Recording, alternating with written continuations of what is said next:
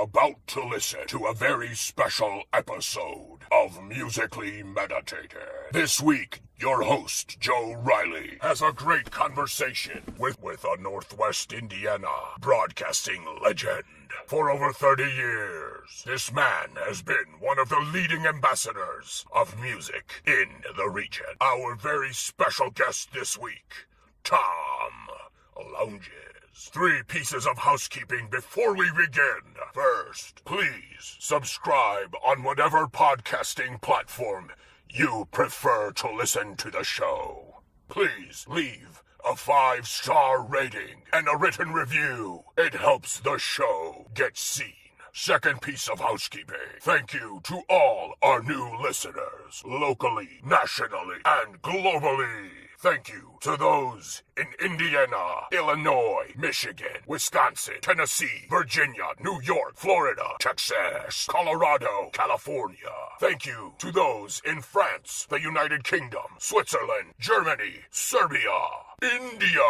Thank you to those new listeners in Mexico and Peru. Please tell your friends, tell your enemies to listen to the show. To those new listeners in France, détendez-vous et merci beaucoup d'avoir écouté Musically Meditated. To those new listeners in Peru, regalarse y muchas gracias por escuchar Musically Meditated.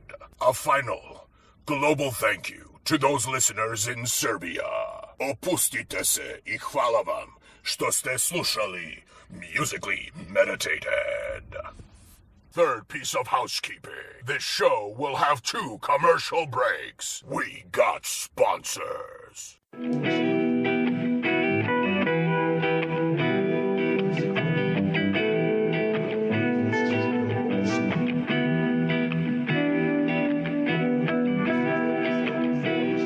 Musically Meditated. Musically Meditated. Musically Meditated. Welcome to Musically Meditated. This is episode 27. Look for Musically Meditated on iTunes, Stitcher, YouTube, under the term Musically Meditated, and please subscribe, share, comment, rate, all of that. With episode 27, we have a very special guest. He is a radio personality, a music journalist, columnist, event coordinator, mobile DJ, and professional MC and guest speaker. We have the Tom Lounges in the house. What's up, Tom? Oh, not much. Thank you for having me. And it just so happens that number 27 is a lucky number for me. It is. It is. But not if you're a rock star. No. You die at 27. That's right. All right, let's do that real quick. Who all died at 27? Kurt Cobain? Kurt Cobain. I believe Morrison. Yep. I think Hendrix. Yep. Janis Joplin. And there was another one. Was there another one? Yeah. Buddy Holly he died at 22, but maybe Big Bopper. Okay. Might have been Big Bopper. I don't quote me on that. Why else is it lucky 27 though? It just 7s are my lucky number. There we go. So any series of 7s is a lucky number. Right on, man. With that introduction, what was some of your inspirations when you were younger? You know, some of your influences as far as being a DJ goes. I had no idea what how did that all wanted happen? to do. It happened my junior year of high school. Until then, I was your typical teenage ne'er-do-well. I was not a very good student. I got through school by the skin of my teeth and never had very good grades. I happened to take a class. It was required. I never would have taken it. Highland High School is where I went. And for only maybe 2 years, maybe 3 tops, they had this class called Radio, Television, Communication. And this would have been 75, 76-ish. And I had to take it. It was required. It was a 1-semester class. And I went into this class and thought, okay, it's just another class. So I kind of sat there with my leather jacket, my Beatle boots on, and ignored everything that was going on. You're too cool for school. I was, at least in my head. Right. But what I used to do, and I'm a terrible artist, so don't think this is a good thing. I would doodle all day on my folders. And I had these folders, and I would take all the logos of the day of rock bands. I would take Aerosmith, Kiss, Average White Band with the girl's butt, the whole bit. And I'd sit there and I'd draw them. Well, the teacher was Mr. Joe Fetty, and little did I know he would impact my life probably more than just about anybody. And fortunately, I've had the opportunity many times to thank him publicly and privately for doing that over the years. In fact, just a couple of years ago, Mr. Fetty saw me in class, and I was doodling and doing nothing. And he said something to the effect of, what are you doing? And I'm like, are you blind? I'm doodling. And he's like, well, what are you doodling? I says, rock band logos. He goes, so you like rock music? I said, yeah. And he said, well, okay, well, let's put that away now and do some real work. And I thought, okay, sure. So long story short, he tried to do the typical curriculum, and I did some stuff. I mean, it was not enjoyable. I would get up and I would do a few things, but I was afraid of speaking in public. I was very timid, very, self-conscious of everything, and I have no idea why.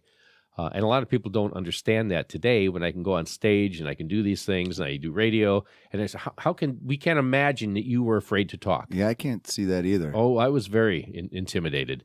So basically, I was not doing very well in there, even though he thought I was trying.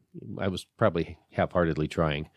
So anyway, we get back to the rock thing, and he said, well, what do you want to do with your life? And I'm like, I really don't know. He said, well, you're not a very good artist. And I said, well, thanks. You were about to say doodle. Yeah. Right. And I said, I said, well, and he goes, well, you're not a very good artist, so I don't think you're going to make a living at that. And he goes, so why don't you become a rock musician? And I said, well, you don't have any real talent, I tried this and that, and nothing worked as far as learning guitar. I got 2 left hands, and I'm terrible. And he said, well, what do you want to do? What can you do with music? I said, I don't know, maybe do radio. And he goes, there's an idea. So who's your favorite DJ? I said, Larry Lujak, man, he is the bomb.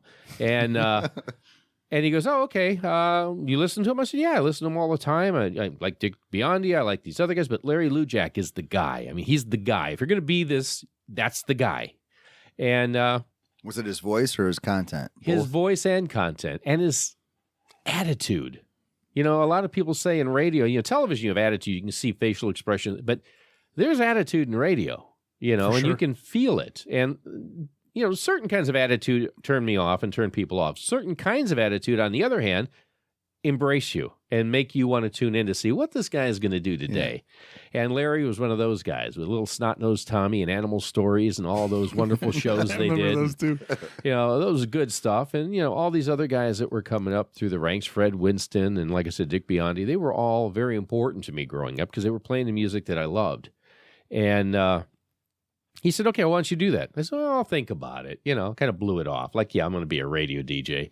2-3 days later, he came in with a book. It was a canary yellow book with red type, and it was called Super Jock, and it was the Larry Lujak story. And he gave it to me. And I'm like, what's this? He goes, well, you like him. Read it. Learn how to be a DJ. And he turned around and walked away. He does not remember doing that. He does not remember doing that. He does vaguely remember me in class, but he did not remember. And I says, you impacted my life. After that, I started studying it seriously. I says, oh, this is kind of neat. I read the book and I thought I could do that. I'm going to jump ahead real quick. Yeah. And then I'll come back to the story. A few years ago, I gave a lecture at the Maryville Library. I am a member of the board of the board of foundation board at the Lake County Library. So I was doing this speaking engagement, I guess you'd call it. I was doing all the exhibits and the cases and stuff. So I had all these artifacts, and it was basically me telling stories from the road.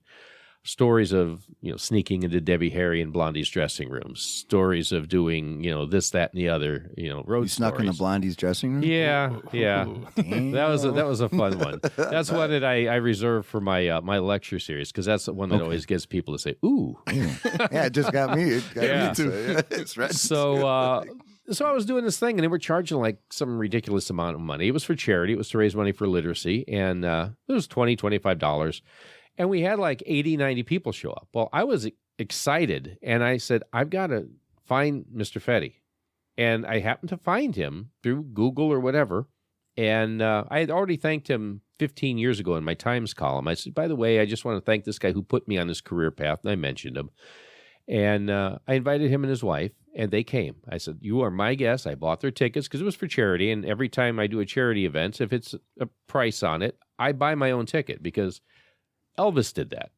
And that he was one of my heroes. And I thought if Elvis He's can buy a everyone's hero. ticket I love Elvis. to his own events, He would because do it's that. charity, he would buy it for his whole band. He would buy tickets for everybody. That's I awesome. don't have deep enough pockets to do Right, that, but I will buy tickets for myself.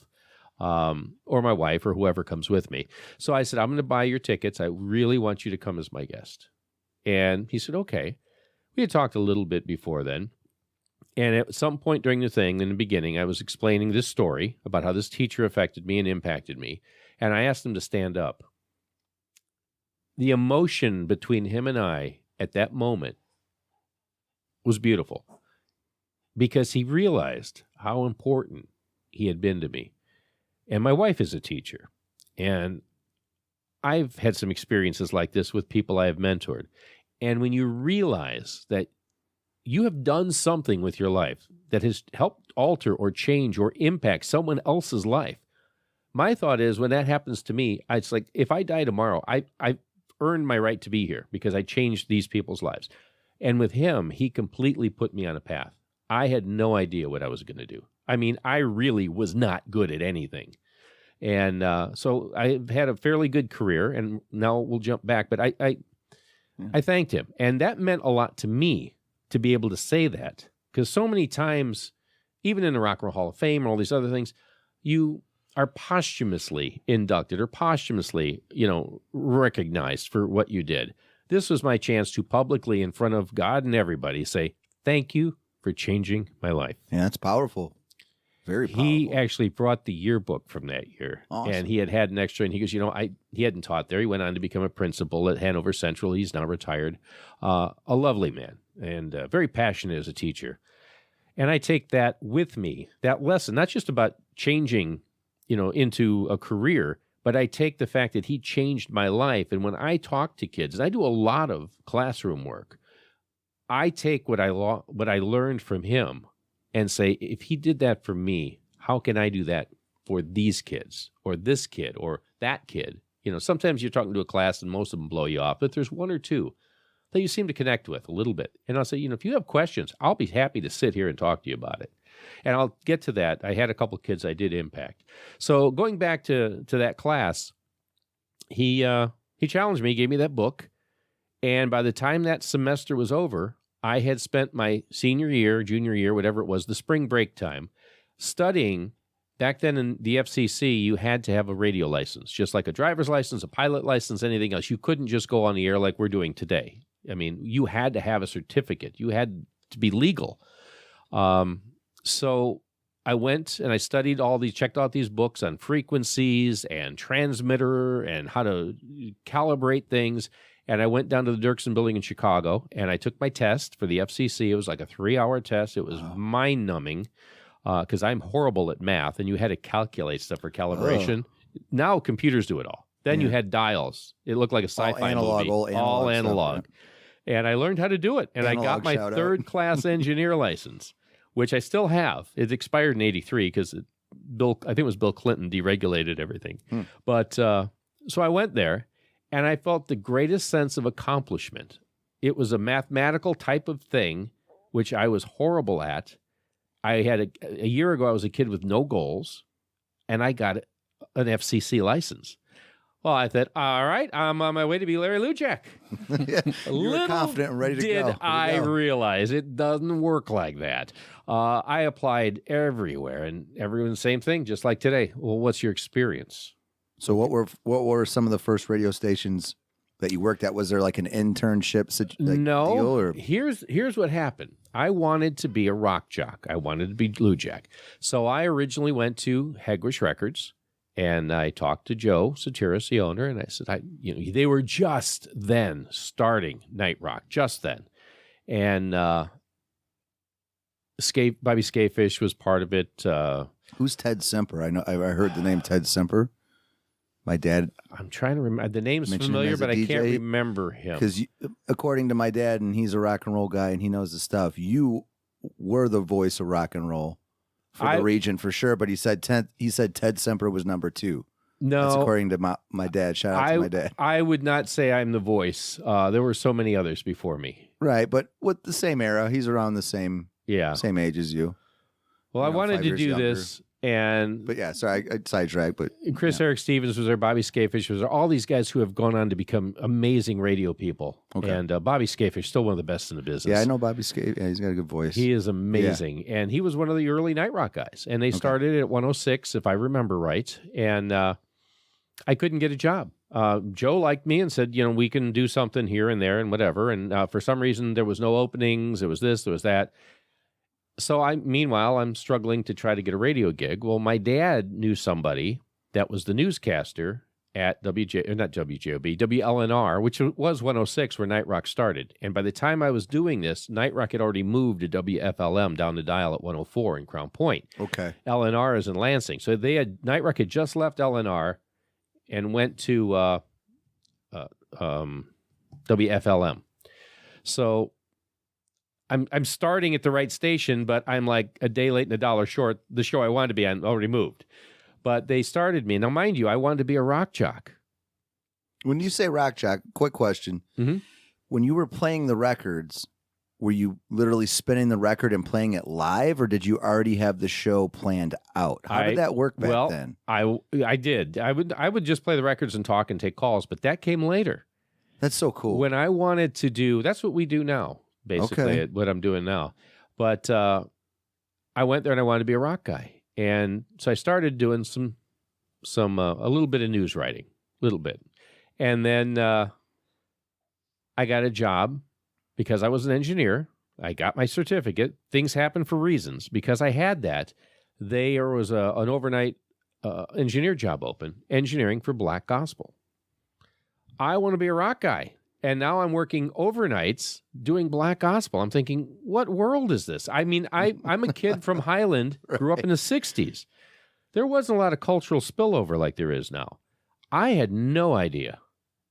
Like I said, Elvis was a big influence. I grew up with Elvis movies and the Beatle movies and things like that. And I had this guy that I was engineering for. His name was Reverend Harold Patton. I'll never forget. He was another guy that really impacted me and was put in my path for a reason. So I'm sitting behind. Back then, it was kind of like we're doing now with Sreten here engineering, and there was a glass panel, and he's talking, and he's the host, and he's, and I'm playing the records, and he's pointing to me to cue carts and everything else. That's awesome. It was like you see in the old movies. It's awesome. And So cool. We'd have a stack of records, and I'd be playing, Andre Crouch and the Disciples, the Staple Singers, the Mighty Clouds of Joy, and the Reverend Al Green, and all this stuff. I'd never heard of any of these people. I mean, I was weaned on Elvis. I thought Elvis and Buddy Holly and even Little Richard and Chuck Berry were the birth of the music I loved. And I was reading a book called Everybody's Satan, and it was a book about the Rolling Stones. And the title on the cover was Everybody's Satan. Well, the minister took offense to that, and he goes, "What are you reading?" I says, "No, it's about the Satanic Majesty's request and all this stuff." And he goes, "Oh, those guys, Rolling Stones." He goes, "Yeah, they're just watered down versions of real music." And I'm like, "Excuse me?" Bite your tongue. Yeah. And he goes, well, "Tell me about what you think about rock and roll." So he was telling me, he was a real hip guy, really nice guy. And he would come in, he had the robes and stuff, and he would sometimes bring some of the choir people in. They would wear their robes. And I thought, this is great. And if you ever later on see the Blues Brothers, where James Brown is doing the temper, that's what it was like in my radio show. That's awesome. His radio show. And so long story short, he sat down and he mentored me and tutored me without even realizing it on the origin of rock. And he says, "You think rock started with Elvis? Let me tell you the truth." Yeah, and he took me all the way back to Robert Johnson, Muddy Waters, all these guys. And then he took me to the jazz side with Cannonball Adderley and Miles Davis and John Coltrane. And all these guys. He goes, "You take all of these guys and you kind of put them together, and then you got the roots of rock. Mm-hmm. And then you throw a little bit of Hank Williams and some of these guys." He really knew his music. And so I sat there with my mouth open, my eyes wide, and saying, "Wow, this is great." And ever since then, even with what we're doing now at the record store, which we'll get to, I want to educate. I've really believed in educating, letting people know where things they like came from and what they like now, where that's going to take other people. So again, I did that for about a year, and everyone's got a great how I got fired from my radio job. Mine is Every DJ does. Every DJ has that. And it's usually a rite of passage when you start a new station. If you're doing like a morning show or something, they'll say, oh, we got the new guy here. Okay, how'd you get fired from your last job? So, because we're transient. We're bohemians in radio. You're and hobos. you follow the job, you follow the frequencies. So it was interesting because I got fired from that station because they were very Christian-based and they did a lot of religious programming. And as Did you play Black Sabbath? No. Oh. I played something almost as awful. And you'll laugh when you hear this Lucifer's because Friend, it what'd was you play? Christmas time. And, when you didn't have tape programs, back then it was reel-to-reel carts, all this stuff, and we would have all these churches brokering time, so we'd be playing all these different church shows. Well, if they didn't have it paid for, it'd say, fill this time slot with, appropriate Christmas music. And there was always a stack of records. And if you've ever been in radio, the program director decided what you could and couldn't play. So they would take the album and they would take a marker and they would put a line through the songs, those you could not play.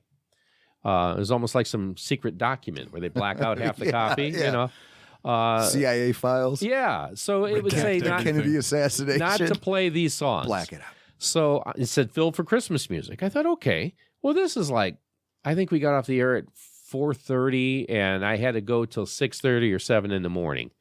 And so my shift was almost done. I get a call from Gene. He was the engineer that was supposed to come in and relieve me. Well, this was in the middle of a horrible snowstorm. And he had to come in from Chicago. He goes, dude, I'm shoveling out now. Can you stay? Well, I'd already worked all night. I said, yeah, no problem. I didn't have anything to do. It was just filled music.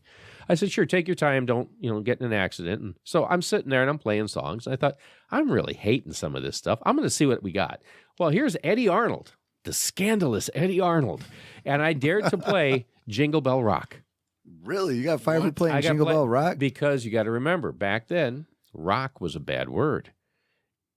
And the owner came in and he says, who's playing this music? And I'm looking around, I'm like, I'm the only guy here. Wow. And he basically fired me because I played a rock song on his station. And he didn't believe in rock and roll. It was kind of the mentality of the early rock days where they would break records and, burn. I mean, I don't blame the guy. It's his station. He can tell us whatever to play. But to my defense, I showed him the record. I says, there's not a line in this. So I'm just following protocol. It says fill. Right. It's not marked. I'm filling. So basically, I was heading out the door, and he's like, well, wait a minute. Where are you going? I said, well, you fired me. He goes, well, who's going to run the station? I said, I don't know. You fired me. He goes, well, where's Gene? I said, he's on his way, but I guess you're doing it. He's like, maybe I'm a little headstrong. He goes, you're right. It wasn't marked. And basically, it was all nice. Until about a week later when the snow melted and it's like, by the way, I don't know if you're fitting in here. No. So, I mean, I look back at that as there's things that are meant to happen. I was put in that station because of Reverend Harold Patton, because he was destined to teach me all this information. He was there just like Joe Fetty was there. And the next step was Hegwish Joe. I went back there and he had hired me to work at Hegwish Records. And in the meantime, I eventually got on Night Rock at FLM in Crown Point, 104, which later became, it was 103.9 X Rock, which is where I went back to. So back then it was pre-digital, so it was 104 FM. Okay. And FLM was a good place to start. It was my first real on-air because other than reading traffic and some weather and maybe an occasional news thing, like when John Bonham died, the ticker tape went ding, ding, ding, ding, ding. And that was always telling you the more dings you got, the more important the story was. So if you got like a 5-ding story. What year did he pass away? I knew you were going to ask me that. Yeah. This had to be maybe 78, Okay. 70, It was like 78, 79. I can't Song remember. Remains the Same era, probably, right around I think there. it was after a little that. after that, like Coda or In Through the something? Outdoor. Coda came after. That was a Okay. posthumous release. Okay. But I can't remember exact details. But I do not have Google in front of me. I've That's okay. become such a crutch on Google. I used to be able to do this. We brought you in without a computer. I on have purpose. nothing. That's why. That's why Sreten and I have an iPad, a computer. Sreten has Two computers. I'm sitting here with a piece of paper in front of me with That's nothing it. on it, really. That's it. Yeah, we're feeding you to the I'm a hog. dogs. I'm well lit by computer lights. So I got a man. chance. I got a chance to go to Night Rock, and Don Nelson was the program director. Van Pudlow and Kevin Weber were the main jocks. There was a few others in there. Ross Lamar and there's a few others. John. my mind melts sometimes trying to remember all the things. But Van and Don and Kevin Weber were the main guys, and Don was the music director. Van did the earlier part of the shift. He would come on. He was more the peace and love hippie guy, and I love Van to this day. We have stayed friends and stay in contact a little bit, not as much as we should on Facebook. But Van was the guy that would play the Byrds, Buffalo Springfield, lots and lots of John Lennon. Tree hugger. Yeah, he was a That's really what we call good a guy. tree hugger, Tom. He had long hair and he had a big beard. I mean, he was a great guy, good heart of gold. And he's still around somewhere in Indiana. We touched on Facebook. But Kevin Weber was our hard rock guy. Kevin Weber is the guy that, would play Nugent and AC/DC and Sabs and stuff like that. And Kevin and I bonded. I mean, we all bonded, but Kevin and I bonded because he was on late night. And my job at that point, Joe had given me Night Rock News. Well, Night Rock News had started and was not doing well. And he said, we're gonna cancel it because print was expensive. Real quick, where would you get your news back then? Like rock news if you didn't have the internet? Me. I know, but I'm asking, like, how would you research it? Like, where would you find it? I would find it because publicists in the music business at the record labels all had deep pockets then, and they had legions of publicists that would set me up with interviews and things like that. And that's when I first started doing interviews, was for Night Rock News. So Night Rock News had been out maybe 4 or 5 months. It was a spin-off of the radio show, which by that point was probably a year and a half old after it had moved. And he said, why don't you do something with the paper? So he introduced me to the first editor, and I did a couple stories. I had written some radio scripts because, again, I wanted to be Larry Lujak. And I thought, I love Tom Snyder. He's a great interviewer, and I love Larry Lujak as a radio personality. Let's put the two together. So I wrote these programs that I spent the wee hours of the morning writing called Rock and Roll in Retrospect. And back then we had the biggest effect you had in radio was an Echoplex. So What's an Echoplex? It would do reverb, basically, simplistic. Okay. But it was a big machine. It had a loop tape, and you'd record it, and it'd be Rock and Roll in Retrospect, spec. That's awesome. Yeah, I mean, it was so primitive, but I would record these, and I would shop them, and I was, again, getting rejection letters. It's like, well, wait a minute, I've already had 2 years in radio. Why aren't they hiring me? I'm good. Well, I wasn't that good. So Joe over at Hegwish said, okay, you can have a job. I can't get you on radio yet. This is right before I started with the radio thing. And I said, well, I've done radio. He goes, yeah, but there's no openings. So I'm like, okay, well, what do you got? He goes, well, if you want to work at the store, you can get a job working at the store. I can always use help. I said, fine. So I started clerking records. And he said, why don't you write for the newspaper? I'm thinking, I practically flunked English. Again, I wasn't very good at this. Never could put together a sentence, a paragraph, didn't know where to split anything, had run-ons, and just stupid mistakes. So I thought, yeah, okay. Well, I took the challenge. Mr. Fetty challenged me. Reverend Harold Patton challenged me. Joe challenged me. He said, well, why don't you do it? I said, okay. So I took my rock and roll and retrospect scripts, and I took them from script format, which literally was scripted, and it would say insert song here, and it would start at the artist's life. First one was Elvis. I did Elton John, Bob Dylan, Rolling Stones. I had several of them. I had them all in the can. And they were probably 2-3 hour shows. And I'd start where they were born, where they were from, and I'd play an early song. Like with Elvis, it was Old Shep when he sang at the talent show and was like 16 or 15 or something. And then we'd end up with their latest hit. And it was a chronological, wonderful show, I thought, that educated people about these artists. Well, that wasn't in then. It was pre-multi-channel internet, cable TV, where everything had to be top 40 based. Or had to be? Well, pretty much. Or at Deep FM, which is what Night Rock was. And they didn't do not talk shows, but like documentary style shows. We didn't have any of that then. So he used to take these scripts, you put a lot of work into them, obviously, turn them into narratives. So I would take these scripts, and I wrote narratives, and they would be like 3,000-4,000 word pieces with lots of pictures. And my first 3 articles were put in Night Rock News. And that was my first byline. And I thought, this is great. I'm enjoying it. I'm working at the store. I'm making a paycheck. I still want to get on radio, but I get to hang with the jocks now. And So 3 months into it, Joe's like, the paper's hemorrhaging money. We're going to stop it. I said, we're going to stop it? You can't. This is my big break. He goes, well, and I mean, he could tell I was very emotional about this. I'm like, I finally am doing something good. I can finally do something. How old were you, in your 20s? I was graduated 77. This would have been late 78, Okay. mid 78. So probably 19, maybe 20. And I finally found something I'm good at. You know, even though I thought I would suck at it, I'm finally good at this. And he said, all right, I'll throw this at you. He goes, you take over as editor. You get this in 3 months in the black. We'll keep it. Otherwise, it's done. And I'm like, great. I barely can write. Now I got to be an editor. And this back then, Damn. you know, now you guys do everything on computer. You can do Publisher and all these, you know, InDesign and Quark. Well, back then it was a typesetting machine. It would type out strips of copy, like 2-inch, 3-inch strips of copy. You would then run that strip of copy through a waxing machine. You would then put it on lined paper and put a roller on it. Then you take a picture and you take a halftone of it, which is a good hour process. Then you wax that and put it on. It's an art form. It's an art. It was. I'm grateful Seriously, that yeah. I grew up in that era because I learned so much. Again, right place, right time. To put a border on a picture, you literally took border tape on rolls and you would measure it and you'd take a quarter cut and you take your X-Acto blade, you had to cut it at an angle so that the two corners would match. You couldn't put them flat and flatter that you could tell in the print it didn't look professional. It's crazy you say it because my mom, not to cut you off, but my mom worked for the Herald News Group. And so did I. And so did you. Yeah, that's where I met her. That's where you met my mom. And I remember being a little kid and I would go to that building back there off of 30 and I would go to the artist rooms and they would have that. We had those big drafting tables I along the remember wall. those. Yeah, the big drafting tables. They'd have the X-Acto knives. They would have everything to like put those ads together. We looked like we were architects. Yeah, we really it was did. crazy. And in a way we were.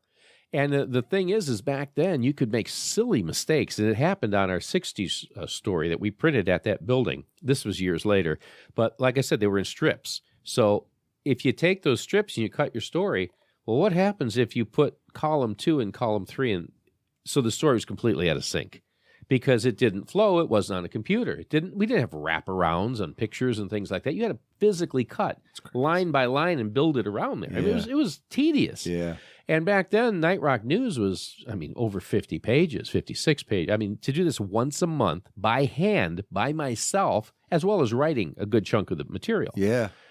I was losing my mind. I was ready to have a panic attack every month. And then before it was cool. I gave up all my holidays and I'd sit there, and my dad's like, what are you doing? So that was a great experience. Well, long story short, I stayed with Night Rock News and also did Night Rock Radio. Thanks to Kevin Weber in particular, because what I would do is, as I was doing interviews for Night Rock News, one of them we just talked about off air was the amphitheater with Judas Priest. Mm-hmm. So Hegwish would set me up with tickets, whatever, through the publicist, and they'd say, okay, Tom, go to the Aragon, go here, go there. And I'd bring my little tape recorder, and I'd run down there, and I'd tape record the artists, and I'd say, okay, KK Downing, tell me about the tour, tell me about British Steel, blah, blah, blah. And we would do these like 15-minute interviews backstage. I would jump in my car and pedal as fast as I could from the Aragon, get to Night Rock Studios in Crown Point. I would then run in the production studio, take some of that tape, razor blade it. Now, again, you have everything on digital format here. You can cut and paste in 10 seconds. We had to take razor blades and blocks and tape and splice it between syllables and put things together. So I would go and I would do like a 7 or 10 minute clip, almost like a movie clip if you're watching Conan or something now, where they show the little highlights. So we'd go in there and Kevin would be jamming out, playing AC/DC and Ted Nugent and Budgie and all these albums. And so he'd say, oh, Tom Lounge is here. He just got back from the Aragon hanging out with the priest. Well, what'd the guys say? Well, first of all, the show was awesome, Kevin. Let me tell you, they did this, they did this. I said, of course, I couldn't stay to the end because I had to get back here to tell everybody about it. He said, well, did you talk to him? I said, well, yeah, I spent some time with KK Downing. And what would KK think of the new album? I said, well, funny you should ask that. Let's hear what he said. KK, tell us about it. Boom, we'd run the tape. And everything was done by hand. And it was... you couldn't take it back. You couldn't reset. We didn't pre-record. We didn't do any of that because the technology really wasn't there like it is today. So that was my start in radio, again, doing rock for the first time. Right. And Kevin Weber made me kind of his sidekick. He always welcomed me to come in and sit in, and he'd banter with me. And I was kind of like his little snot-nosed Tommy. So I thought, okay, a little redhead. I'm little snot-nosed Tommy. Larry Lujak had him. Kevin's got me. And I stayed there for a while. I eventually left the store and left radio behind and took over the place called the Point East as the entertainment director there. And that's when I started getting into live entertainment. And years later, many decades later, actually, I wound up going back to X-Rock, which was the same. I say back because it was the same frequency. Then it was 104 FLM. Then it was 103.9 in the digital world. And Scotty Rosenberg, who's still with the station, called me up and said, you know, we're talking. And I was doing Midwest Beat by that point, some 27 years later. And we're talking, and this guy's really cool. I'm finally going like, what? Why are we talking? You know, there's a reason you called me. I don't know you, but this is a great conversation. And he finally said, he goes, well, I just took over as program director of this new station. Of course, it was X-Rock. They'd been around maybe 8 months, and they were still fledgling and getting their feet wet. And he told me a story. He goes, I remember being a teenage kid, and you and Kevin Weber were on the air. And I called up and I asked for an artist I thought for sure nobody was going to know. And he goes, not only did you know it, you had talked to them. And within 2 or 3 songs, you played the song. And he goes, I was impressed. Yeah. And he goes, that always stuck with me as a rock fan. And he goes, now all these years later, now he's in radio and he's, up the chain. And he goes, I would like to bring that kind of experience. Again, going back to how Mr. Fetty influenced me and I try to bring that experience. Scott said, he goes, I kind of want to bring that roots radio from the region experience to today's radio. And so he brought me in. We kickstarted Night Rock as a pre-taped, I think it was 1 hour show for about the first 6 months. It took off really popular. Then they made it live, and then we went 2 hours, and eventually we were 4 hours with an album. I would create a feature album. So Night Rock ran for several years on X. And that was in the 70s, right? No, late 70s, early 80s? This was just recently. I left there in 2012. Now, the early Night Rock was the 70s. Yeah, okay. Yeah. So I jumped ahead after I left and got out of radio for several decades. It is time for a commercial break. I only have 20 seconds to communicate what I need to communicate. 15, 14. Please visit downtown Hobart, where you could get a book at Green Door Books, get a delicious coffee or baked good at Librarium Cafe, get a delicious meal at Montego Bay. Also, coming soon, Tom Lounge's Record Bin. End of commercial break. But backtrack real quick to the 70s, because that's an era, excuse me, we haven't talked about a lot on this podcast, if at all. Going back to the 70s and doing stuff with Hegwish and Night Rock, what were some of the better shows that you went to? Like, what's your top 5 or top 3 hard rock shows? Well, before I started professionally in radio and everything else, my first concert, I was freshman maybe, was George Harrison, 1974 Chicago Stadium. And it was very special in hindsight because it was the only time in history that George Harrison toured in the United States without the Beatles. He did a second tour of Japan, then he got sick and he stopped. Was this like While My Guitar Gently Weeps? Yeah, this was right after the Beatles broke up, really. Okay. It was 74, so it was a couple years later. He had Bangladesh had just come out, some of that stuff. And Leon Russell was there. Billy Preston, who was awesome. Tom Scott and the LA Express were there with the horns. We had Ravi Shankar and family. It was like a 4-hour concert before anyone did 4-hour concerts. Springsteen was not even really Chicago doing anything. Stadium was just filled too. Oh, it was packed. How was it? What was the experience like at a Chicago Stadium concert in 1974? It was echoey. It was echoey. It was echoey. Were you at the nosebleeds? We were up a little higher, and actually, it was funny because it was a classmate of mine, Glenn, and he got. We weren't like tight friends, but we were buddies a little bit. And he goes, my dad bought these tickets. We got an extra one. So-and-so can't go. Would you like to go? I'm like, I don't know. I've never been to a concert. I really, I liked albums, but I really didn't know if I wanted to go to a concert. And because I'd only seen like Altamont movies, I'm like, I don't know if I want to do that. Yeah, a little freaked timid, out, and I'm a little claustrophobic. Yeah. And again, I was very shy and introverted. So I didn't like people in crowds. And he goes, come on. I said, well, who is he? He goes, George Harrison. I said, sold. I said, he's a Beatle. I know that guy. I'm going to go to that. I know who that is. And that was one of the turning points of my life as well. Again, right place, right time. God puts things in your life for a reason. He put Glenn Harkabus in my sights and says, I got an extra George Harrison ticket.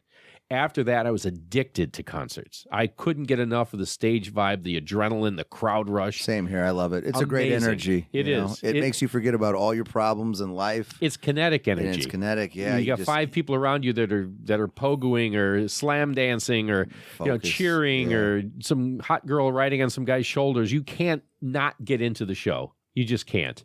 And it was a lot of girls on shoulders in the 70s, let me tell you. Oh, man. With and without tops. Take me back to the 70s. With and without Take tops. me back. So Flashing. that was my first show, but that was long before I got into doing this. But later, you were mentioning Hegwish. I loved the Hammond Civic Center shows. I thank God for living close to the Civic Center. And again, the sound was not all that great. But I was told, too, they only had one door. I heard the one-door entry. Do you remember anything about the one door? You're right. There was one door entry, the front door. A little hectic, yeah. There was like one door. 8 doors, but it was all in one side. I don't, now they have several. And of course, I was hanging out backstage most of the time, so I never came in the front doors because of Night Rock. What was that Rush show like in the 70s at Hammond Civic Center? Had to be amazing. It was. How many Rush, people did that? How many people did it? Not a lot. 1,000, 1,500? I don't think so. Maybe That's 1,000. amazing. Maybe Could you- 1,000, 1,100. I don't know. It wasn't a lot. Imagine seeing Rush with 1,000 people in a gymnasium. Oh, the people we right? saw I mean, there. what was the setting like at Hammock Civic Well, have you Center? been to the circuses there? It was the same. No, I haven't, but I mean, maybe The when I was a kid, stage but I don't would be I want to say on the north side of the building, and then there would be folding chairs in the middle, and then there was the upper balcony areas, where you watch the wrestling matches and the circus. But they would put the chairs in the front. And it was Celebration Flipside was the producers of those shows. It was Jam in Chicago. Celebration Flipside was on the south side in Indiana. And South Side. So they did all the Comiskey stuff they too. did some, yeah, they did some of that, and so did Jam. Jam did some, but the border was there. But they did all the Civic Center shows. Celebration Flipside and Blue Oyster Cult. First show I ever saw lasers at, because Cult basically.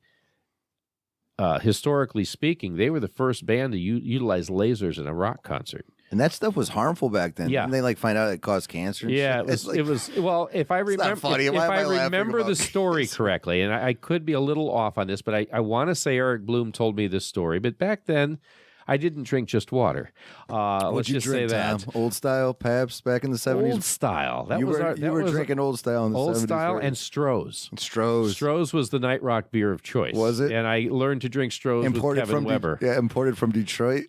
So Stroh's. I've actually got a can of a picture of Eric Bloom of Blue Oyster Cult and I sitting backstage together, side by side on a trunk, and I'm holding up a Stroh's can, going like, "Party on, Garth!" I mean, it was so way bizarre. before cool craft beer. We had Stroh's. Yep, we had Stroh's, and I remember drinking some really weird beers like PBR. I'm not a big PBR fan, but when you're with Jackal, you got to drink Jackal? PBR. Yeah. That's probably why I liked them. Yeah, when I was hang a out with kid. Jackal because they drink PBR and watch a lot of NASCAR. Did a lot of that backstage with them. A lot of NASCAR. But I mean, some great stories over the years. 40 years I've done this, and Yeah. but going back to the Civic Center, Yeah, Civic Center. Walking into it, the whole Blue situation. Oyster Cult.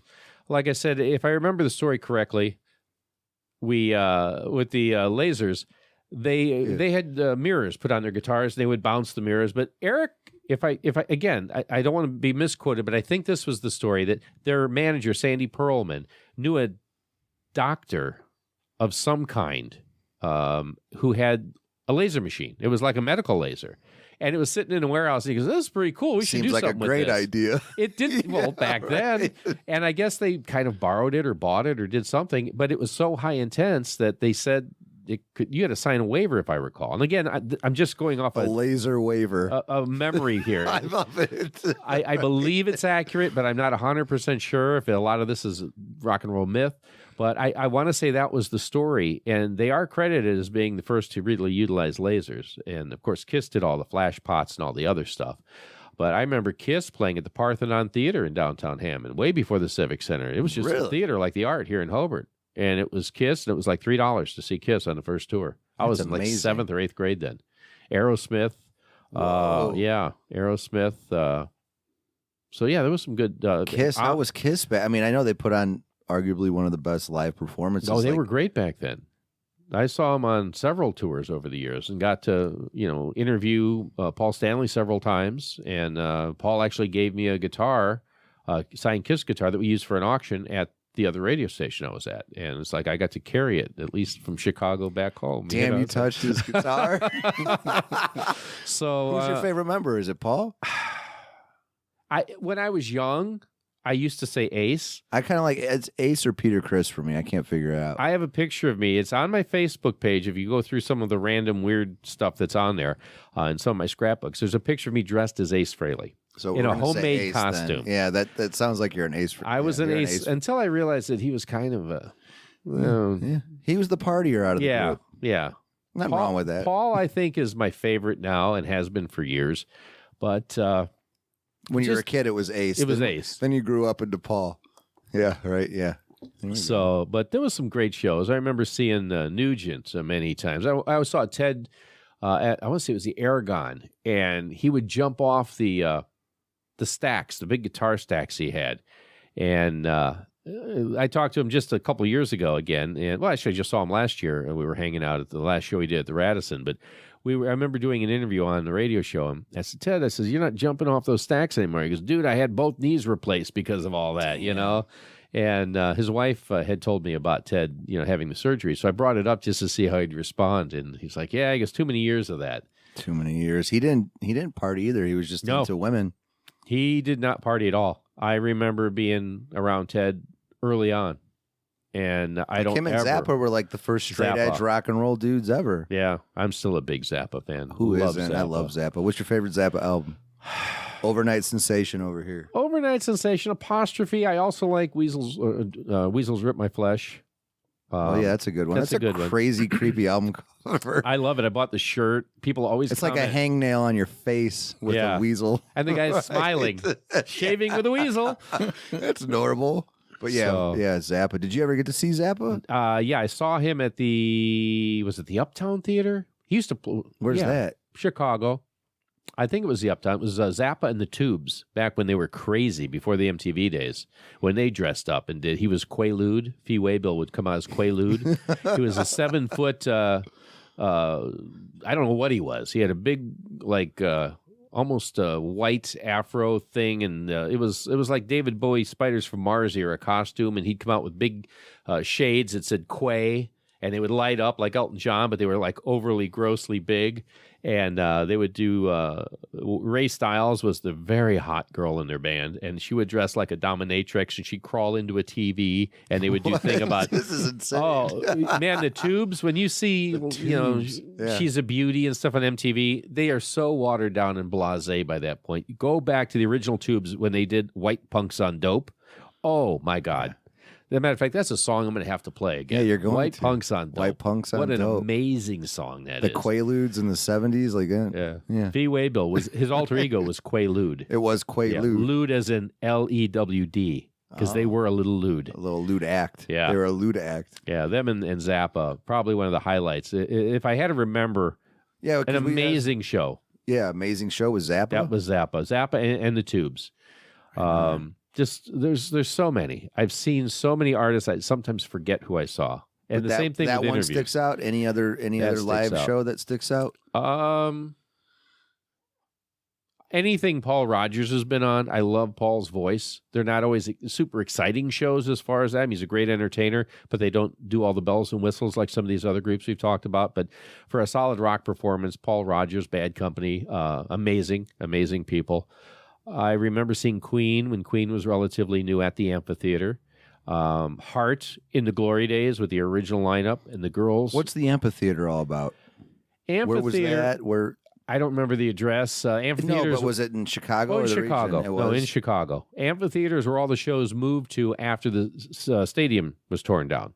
The amphitheater and the stadium both did shows. Airy Crown was always the best place back then. It's not there anymore. No, though, right? no. Okay.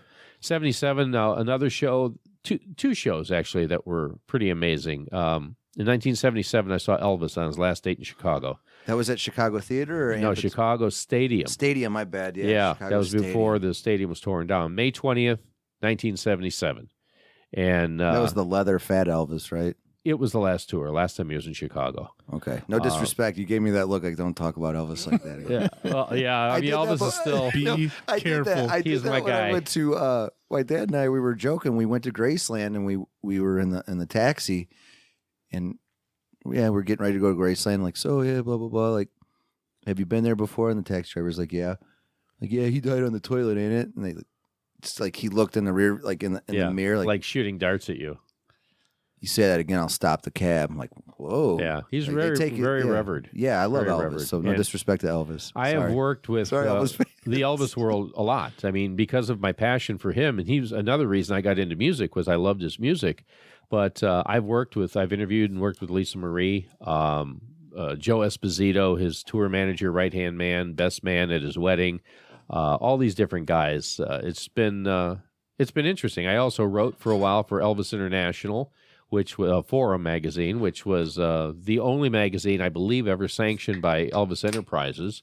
So Elvis is a big deal to me. Al Devoren, the guy who did Elvis Has Left the Building, thank you, the voice, he was one of my best friends for a while in the Elvis world. In fact, he and I were going to sit down and write a book together, and he was on his way back from an Elvis convention, and the car flipped over, and he was killed. Oh, But man. he and I did a couple articles together for Elvis International Forum, one of which was when, after Elvis died, they took his name off the USS Arizona, and really upset Elvis fans because a lot of people may or may not realize all the firsts and all the things that Elvis did for the world and for the people. One of which was he raised about 70%, 75% of the money that made the USS Arizona Memorial in Pearl Harbor. Wow. He did a concert that my friend Al produced with Minnie Pearl and Al Devoren Orchestra and stuff, and that was, I want to say it was right after Blue Hawaiian, before Paradise Hawaiian style. Maybe 62, 63, Elvis went back there, and this is when I was mentioning he bought his first ticket because it was a benefit. He paid, because some of the generals, the story goes, or admirals, or whoever was there, I remember Al telling me, he goes, they wanted, well, they're generals, they wanted them and their wives and friends to come for free because they wanted to play big shot. And Elvis said, absolutely not. I don't give a hell who you are. If you're coming to my show, we're doing this for the soldiers and the sailors and people that died. You're going to pay. I don't care how many stars you got. Wow. And he said, I'm going to live by what I say. And he wrote a check for every member of his band, every member of the orchestra, and bought tickets for his own show. Now, it was probably, I don't know, $20, $15 a ticket back then. But he wrote a check, and that was the first tickets purchased. And he says, if I'm buying tickets and my band's buying tickets, you are too. And Elvis does, like Elvis always did that, right? He did that for many times I've heard over the years. I've heard some amazing stories because I'm in with the insiders, or I was. Most of them are past now. But they would tell me stories about how Elvis would read a story in the newspaper about some guy who was down on his luck, or he had an accident and he didn't have much money. So basically he would send them out and they would buy the best wheelchair you could buy and would just drop it off at his house and say, somebody cares. Didn't even tell him who it Southern was. hospitality and just it's just a very generous dude, it sounds like. He paid for the milk for elementary kids in the poor part of Memphis for years for school, so they would have milk. He was actually, and this is something, I'll jump back about my writing career too. Yeah. Again, some of these stories overlap each other. You're good. One of the things that Elvis did that a lot of people didn't realize was he was the first, one of, if not the first, celebrities to endorse Salk vaccine for polio. So many kids of my generation probably would have been on crutches or wheelchairs had it not been for Elvis being among the first to say, we need to vaccinate our kids. And he took pictures, was a poster boy, literally. He would pose with these kids in wheelchairs for March of Dimes. And he did a lot for March of Dimes.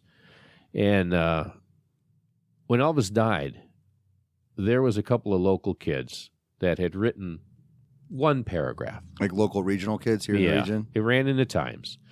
And it really frosted me because it was just like, who cares why an old, bloated, former teen idol died? He goes, who cares except the fat hillbillies that throw panties at the stage or something. It was just remarkably bad taste. All that negative, yeah. I was so angry as an Elvis fan. It was the first time I sat down. Now, this is even before Night Rock or any of the Night Rock news stuff. I was right out of high school. It was my senior year. I was so angry. I sat at my manual typewriter and clicked out this rebuttal. It was, at the time, it was one of the longest letters to the editors. They told me that the Times ran. They almost did not edit anything. And I pointed out all these things, the Salk vaccine, the USS Arizona, all the different things he had done over the years. And they published it. And it was my rebuttal to these kids. And they were from Munster. I won't say their name. They still burn in my head. I still have the actual print. I put it in my scrapbook and my rebuttal back. It was the first time I was ever published. And the phone rang, and my dad said, "What did you do?" I said, "What are you talking about?" He goes, "All these people are calling here." Because back then, everyone was in white pages. And he says, "What did you do?" "Well, people are saying I should be extremely proud of you, and you did this." And I'm like, "Well, I showed him." I said, "Well, I wrote what I felt." And he was blown away that I had generated so much response with something. I mean, usually if I generated response, it was not in a good way. Yeah. But he goes, "You did something right." You're breaking windows and Yeah, I did actually. I shot windows out with a BB gun once. How did I know? It was horrible. But he's like, you did something that people are loving. He goes, "Maybe you should think about doing this." And I said, "Okay." So I mean, again, lots of stuff happened. So had Elvis not died, I would not have written that article. Had those kids not written that nastiness, I would never have thought. They wouldn't have got my blood up. And long story short, shortly after that, I started working as the Times music columnist, a position I hold to this day. Once a week, I write a music column. My first one was published it was 82 or 83. But, and that led to everything else. And in between all that in the 80s, I worked for every major glossy you would find on the drugstores. I worked for Hit Parader, Song Hits, Video Rock Stars. How was the Hit Parader experience? Hit Parader was amazing because Are they even still around now? No, I don't think but so. at the time I grew up reading that. They were the longest, one of the longest running magazines in the rock field, along with Circus and Cream. Yeah, Circus. Wow, yeah, you're bringing a lot of names up I haven't even thought about. I was a staff writer with Song Hits, which was the oldest music magazine in publication at that time. They started out during the Bobby Sox eras of the early Frank Sinatra big band stuff. And if you ever watch the movie The Doors with Val Kilmer and you see all those swirling magazines, look at them because you'll see almost half of them say Song Hits. That was the one big one. There's some Billboard, some others, Rolling Stone eventually, but Song Hits was the main thing. And you see that in a lot of the rock films. And Song Hits was a very established magazine, and I was a staff writer for them. And then we also did spin-offs. We did special issues on Madonna, the Beatles, Elvis, so on and so forth. And I was always a staff writer for that. Didn't you write for Sony, or was that? I wrote for Sony Special Products. Okay. Yeah, I did liner notes for albums, which are now, thank God, back. Yeah. Back then, I mean, you would read the back of the album, and it would tell you about the artist. So I would work on anthology packages, and I wrote the anthology liner notes for over a dozen albums, probably closer to 15. Frankie Avalon, Fabian, Pacific Gas and Electric, Fever Tree, Johnny Tillotson, Leslie Gore, Johnny Winter. And Johnny Winter, right? Johnny actually signed the album. He told me, we did a show together. I had hired him to do a show. No Edgar? No. I've worked with Edgar, but not on liner notes. But Somebody Johnny's else the did man. that. Someone else did his. Because there was a staff of us, and we would rotate who got what assignment. But some of them I still have, and one I have framed that will be in the record store is signed by Johnny Winter, and he called me up on the tour bus, and he didn't really have a lot of after-party things. Johnny was very private, didn't like to be touched, wasn't real sociable, and he called, he says, "Tell Tom to come on the bus." So I'm like, okay, did I do something? Yeah. It's like being called He to the doesn't principal. like people, but he wants me to show up. So I go up there, and I had my access pass on, and he goes, "I just wanted to say you finally somebody got my story right." And he showed me the album, and I had a copy, and I said, "Would you mind signing one for me?" He goes, "Oh, not at all. Go get it." So I went and got it. He signed my backstage pass, which was a Texas Star on it, and then he signed the back of the album. And if you look on the back of the album, you see liner notes by Tom Lounges, and here's Johnny's signature over the story. That's awesome. Which to me was one of the many things I'm proud of. There's a lot of things I've done, and a lot of people I've met, and a lot of accomplishments. There are certain ones that stand out. That is one of them. So we talked Elvis. Now I want to bring up a guy. They call him Evil Elvis, and his name's Glenn Danzig.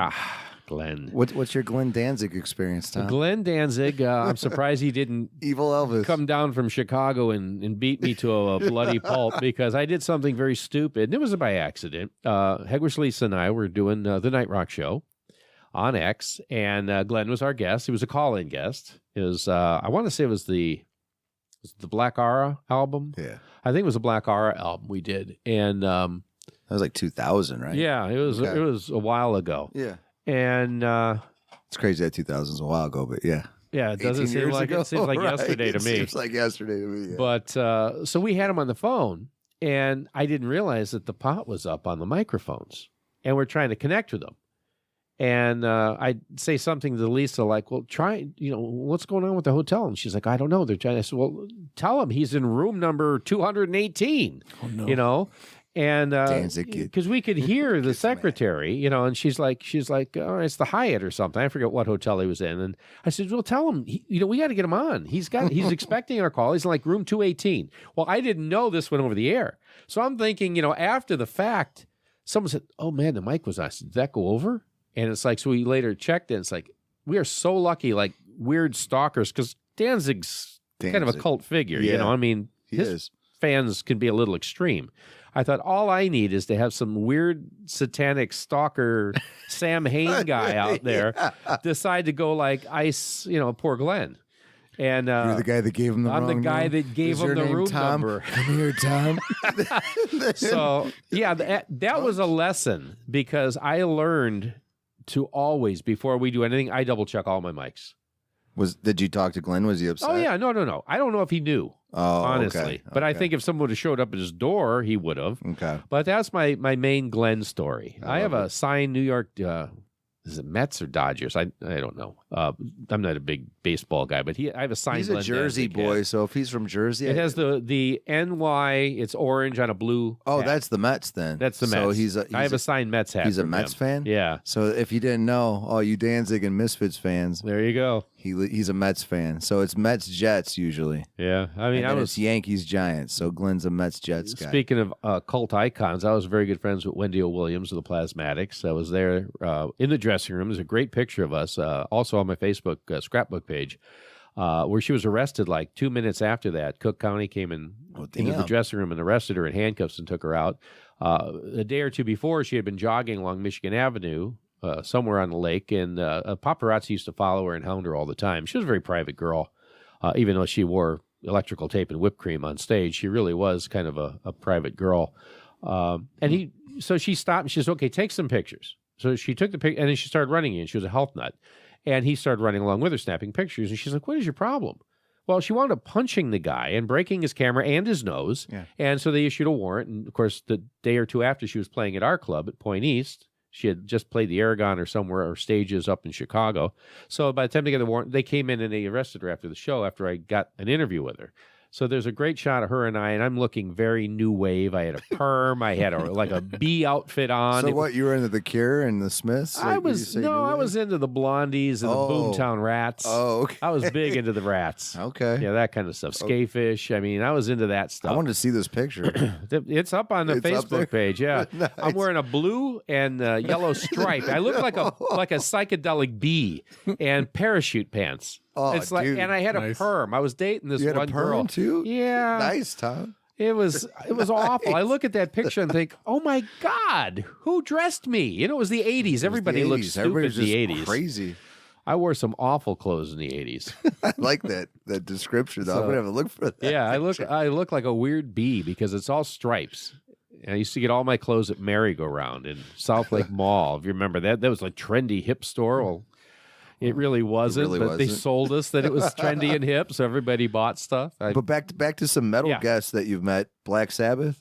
I've interviewed them. I got to hang out with Ronnie James Dio for many hours at the House of Blues years. Dio. How was Dio? Dio's a real gentleman and a kind soul. And it upset me very much when he passed and all those idiots R.I.P. Dio started protesting his gravesite.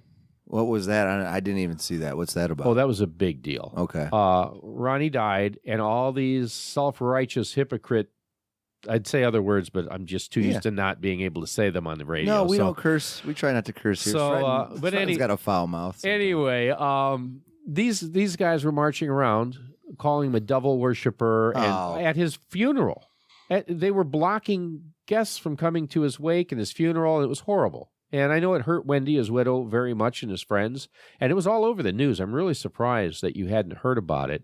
I was just upset when he passed. I mean, he's the man. Ronnie was so kind. I remember him waiting. We were there till 4:30 maybe in the morning at House of Blues. The show ended at like midnight. He stayed and signed an autograph for every person that came up to him, talked to him, shook their hand. That's He was very amazing. genuine with his fans, but more so, and a lot of people don't realize it. Wendy now, in his memory, is doing a lot of charity work. I just had her on my talk show, and she's an amazing lady as well. But Ronnie told me about Children of the Night. I said, tell me about this Children of the Night. I says, it's a fascinating charity. It's something one might not normally think of. And he goes, I'm glad you asked. Let's talk about it. So most of my interview with him was about his charity. And what it was a fund that he did. He would do concerts and he would do all this stuff to raise money for Children of the Night. And Children of the Night was about taking care of and sending home and making sure they didn't die or overdose runaways who went to Hollywood or L.A. or whatever you want to call it, in seeking their stardom. He said so many people pour into the city thinking they're going to be the next big star. Still do. Do. And they wind up being prostitutes, drug addicts, and dead. And he said, it's tragic. And he goes, I see it every day, looking out my window, driving down the street. He goes, that could have been me as much as it's any of them. He goes, I came with a dream. Fortunately, I was successful. 95% of these kids will never even get the first chance. So That's powerful. That's he some powerful raised stuff, money yeah. to clean them up and send them home. He would buy them bus tickets to say, Wow. let's get you out of prostitution. Let's send you back to Kansas. And I think Wendy still has that going on, but it's not a priority as much as some of the other stuff she's doing. But they did that for years. And to protest this guy Yeah. who literally saved people. Just because he was the one that originated the devil horns. The devil yeah. horns, so you have that particular And he had group. demonic looking album covers. Who didn't? Yeah. Just like the people that protested Kiss at the Hammond Civic Center, for gosh sakes. Yeah, I mean, come on.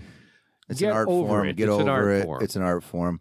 And yeah, early Rainbow. I love that. Early Mm-hmm. Rainbow. And then a lot of people forget about the Black era or the Black Sabbath era with Dio. And it's a really good. Oh, that's still my era. favorite. Do you like that better than the Ozzy stuff? I don't want the Ozzy fans to hate me. I don't dislike Ozzy. I really like Ozzy. I especially like Ozzy solo more than other than the first couple of Sabbath albums. But I loved the Dio years. Dehumanizer's a great album. Amazing album. In fact, that was the first album I interviewed him on, was Dehumanizer. Really? Yeah, first time I talked to Ronnie was on that. Over the years, I've also interviewed Geezer Butler. I've interviewed Tony Iommi, Vinny Appice. Never had a chance to talk to Ozzy, but all the other guys. Tony was How was a Tony? great interview. Yeah. Geezer was a little crusty. Well, he just stabbed a dude like 5 years ago. Yeah. No disrespect to Geezer, but he keeps it real. He stabbed a dude in a yeah. pub in England, and he's like 70. And if That's when you're a soldier. you could tell if he was getting annoyed with your line of questions or He whatever. might stab you. Well, no, he wouldn't stab me, but No, I know. you could tell it was like, all right, let's move on. Whereas Tony was very gracious. A lot of them are very gracious, and they'll just they'll accommodate you. But if Geezer he's was a like little not bit in the more- mood to talk about this, he's going to pretty much let you know. It's like, change the subject. I'm like, okay, Okay, Geezer, no problems. yeah, no problems We at don't all. want any problems. But that's awesome. And then Megadeth too. Megadeth, Dave Ellefson. I think I interviewed, and again, I hate to sound like I'm feeble-minded, but you've got to realize I've interviewed thousands of people over the last 40 years, seen probably thousands of concerts. Sometimes I would see 2 or 3 a night back in the day, in the heyday. So sometimes, do you ever interview so-and-so? I'm like, I think Probably. so. I think so. But I couldn't tell you exactly. So, yeah, I've interviewed Dave Ellefson on phone. I interviewed him once in person.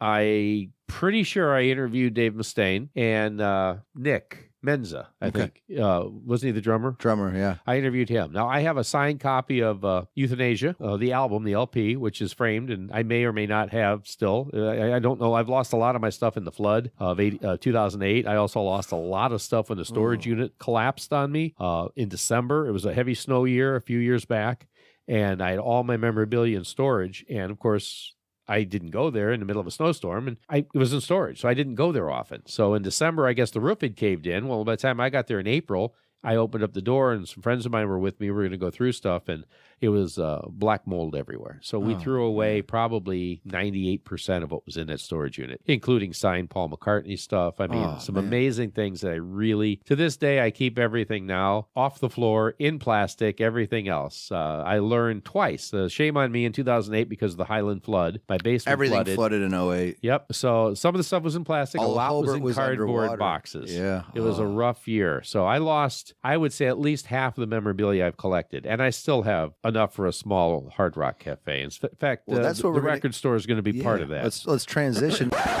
This is the second commercial break. We wanted to take this time to once again remind you to subscribe to Musically Meditated. Leave a 5-star rating. Leave a written review. We thank you for your continued support. Also, keep an eye on other Green Door Network shows. Coming soon with their own iTunes and podcasting pages. Juice Pro Wrestling Podcast. Pricks on Flicks Podcast. Stephanie's Train Travel Podcast. The Would You Rather Podcast. North to South Wi-Fi 360 Podcast. The First 100 Podcast. Business to Business Podcast. We're gonna have a lot coming at ya. Check out all the shows we have on greendoornetwork.com. Once again, make sure you visit historic downtown Hobart. Remember to visit Green Door Books, Montego Bay, the Librarium Cafe, and coming soon, Tom Lounge's Record Bin. Thank you for your continued support, and I hope that this voice isn't too terribly annoying. Tom Lounge's Record Bin will be opening in early May. I don't have a set date yet, but it will be early May. In fact, we're supposed to be doing part of a city event on May 11th, so I have to really tighten things up and get moving here. I mean, we've run into a few snags here and there, time constraints. I mean, I'm hitting into my busy season as an event guy right now with festivals and things like that coming up. My wife works full-time and has a lot of commitments. I also serve on a couple of boards, and I do animal rescue and stuff. So between my writing, my NPR radio, and the animal work I do and other things I do, I mean, you're doing like an hour here, an hour there, and you got to run back and do this. So I can't spend like 5 days like a normal business owner would do and invest that time fixing it. So it's taken a little longer than we thought.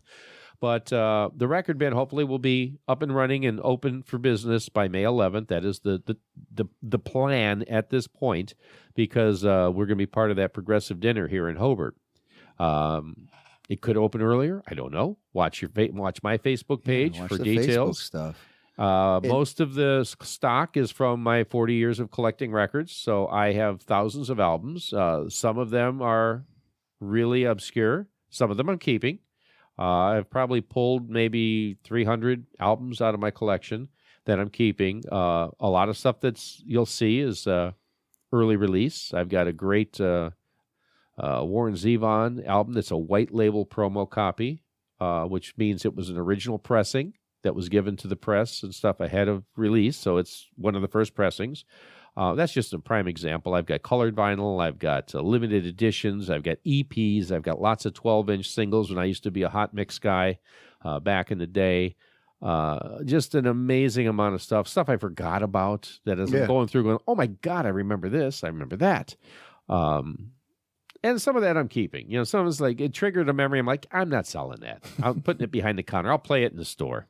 Was it a passion, though, for you to, like, did you always want to have your own record store? Does it go back I did before. Okay. I mean, I did. You did have your own? I've worked, I shouldn't say my own as far as I owned it, but I've run record stores.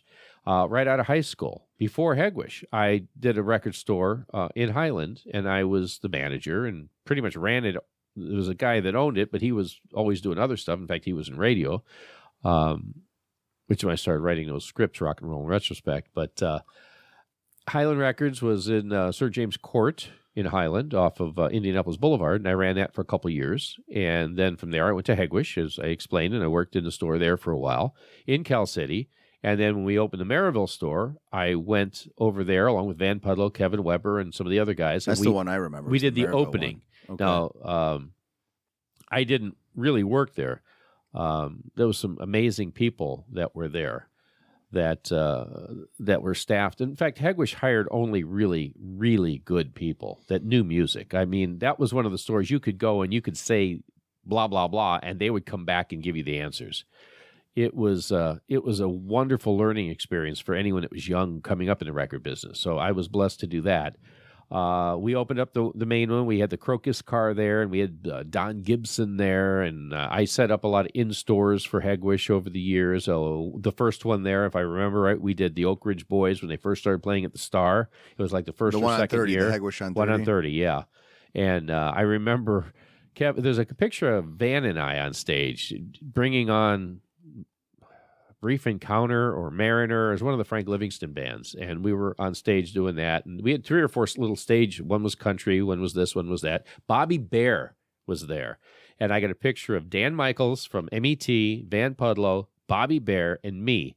And I'm wearing an blue Elvis shirt with a headband like Don Johnson. I look like a dork, but it's a great picture. Like Miami Vice style? Was it like that era? I do have one like that.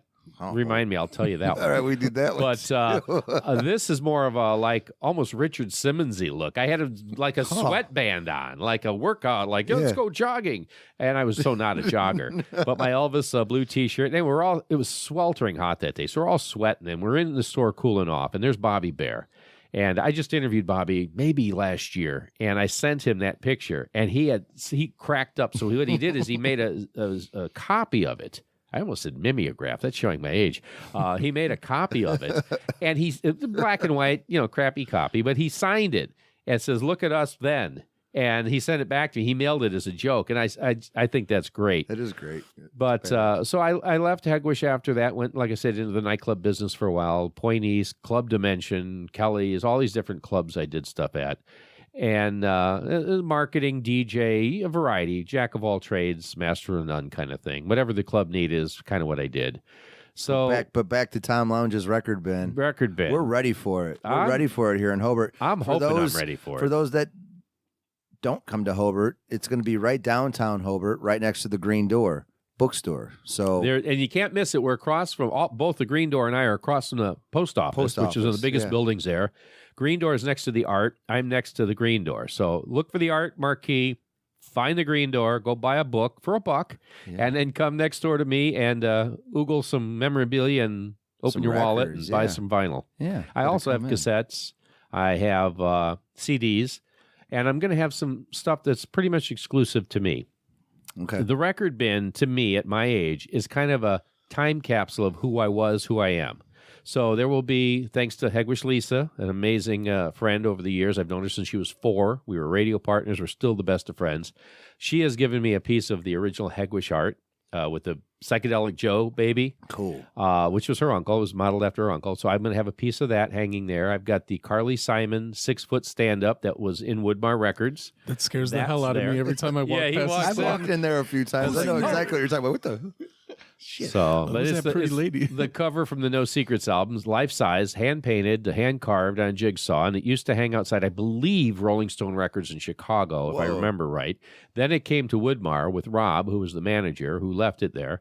And when they were tearing the mall down, I salvaged that. There's going to be a couple of fiber optic boxes that used to be embedded in the wall, Blondie and Rolling Stones, which I just brought in yesterday, and I'm putting those up. They'll be behind the register. Cool. And they're very trippy because they're early 70s when that was like cool, man. This is fiber optics. It spells out their name. So they're archaic, but they're cool, and they're me. I'm going to be selling Night Rock Radio T-shirts with the current, or I should say with the original round moon logo, and on the back, the handwritten one that we kind of had in the early days. So I'll have 2-sided Night Rock shirts with both logos. I've got record bin T-shirts. I will also have newly printed exact replicas of the Point East T-shirts. For those of you that grew up in the region and had fake IDs, our club, what's a fake ID? Our club did the first date in Chicago with Iron Maiden, the third in America. We did the Plasmatics. We did Willie Dixon, Muddy Waters, Humble Pie, Survivor was our house band. I mean, we had everybody there. The only ones we didn't have is Motorhead, who said our Motorhead. PA was too small. Well, because they're so loud and fast. And we had a hell of a PA. I mean, Iron Maiden played on it. They said, what is that, the monitor system? It wasn't good enough for Motorhead? It wasn't good enough. They walked in, looked at us. He's like, nah. They wanted enough PA, as I recall. I'd have to ask my friend Bill, who was the club manager there, but they wanted enough PA to like do Comiskey Park or something. It was like, people will die if we do that. We'll blow the windows. We'll all die. We'll all die. I do remember that they came in and they says this won't do, and so they were the only band that actually didn't play. Humble Pie played there a lot. I remember getting goofy drunk with Steve Marriott. Many stories with Stevie. He was a good guy. Humble Pie's the shit. I love and he's the one that got me drinking Guinness for a while. We'd belly up to the beer. He's a short little Cockney guy, and when he had a few beers in him, he was a rough and tumble character, just like Joe Perry. We had Joe Perry Project there twice. Joe get a couple cocktails in him and be a little rough and tough. Yeah, he was a little Must short be the guy Irish too. in both of these gentlemen drinking the Guinness. Did he drink Guinness too? Did Joe Perry I drink think he Guinness? was doing shots, but I can't remember that'll what. get us all a little rough and tough, you know? Yeah. So, I mean, we had some good times there. So the original pointy shirt will be there. I'm getting a limited amount of those. Same baby blue color that the originals were in, from the original artwork. So we're going to have some of that. In fact, I just saw Wise Guys today over in Hobart, Randy Rails and Billy O, and they're making the shirts for me. So I went and looked at the final proofs today. So those will hopefully be there by opening. So we're going to have some of that kind of stuff you can't get anywhere else. And one of the unique things is I worked as a consultant for many years over at the Star Plaza, and I covered a lot of shows there. And I, for a while, was in charge of putting posters and things up. Well, we would put up posters. Sometimes it was snowing or raining, and not all the posters got up. Well, I would put them in the garage. Well, I still have a lot of the original shows from the Star Plaza. Some I have 1 or 2 copies of. Some I have 8 or 10 copies of, depending. And most of them are pretty pristine. A couple of them came out of store windows. You know, I was always one of those guys that if I put them on a telephone pole or took them to a record store, I would go and pick them up. You know, if you don't want to throw them out, I'll be happy to come to Joe's store over there and pick it up. So I would take them and I'd put them in the garage. Well, I've got a lot of those posters. So I'm going to be selling original Star Plaza Theater posters, not reproductions at all. I won't do that. That's only the originals. And I've got everything from Megadeth to Mitzi Gaynor to Tom Jones to 3 or 4 REOs and Ted Nugents and Alice Coopers. I've got one or two Rammsteins. I think only a couple of those survived. Yeah. And I think I have 1 or 2 Queensryches, full posters. I've got a couple of half Alice, half Queensryche that were there. But yeah, and I've got all the Region Rumble stuff. So if you're a local band and you played any of my Region Rumble shows, I did 9 of them there that I produced with Midwest Beat. I've got all of those posters to the best of my knowledge, including some of the specialty shows we did, like when we did the Doc and Jackal show that I was a part of being co-producer on. I love it. Lots of stuff like that. I saw them packing up those posters like when you guys were covering them in plastic to get prepared, and man, that nostalgia hits you hard. I worked at the Radisson for a while. Oh, okay. And when I saw Tom and his wife and a couple other people helping out, yeah, it's like pure nostalgia. You flip through one and you're like, man, I remember. He's let me come in there too. Remember, I was like kind of like, you were looking at the Megadeth one. Yeah, I was like, what's up with this Megadeth one? But yeah, Tom, some fun stuff.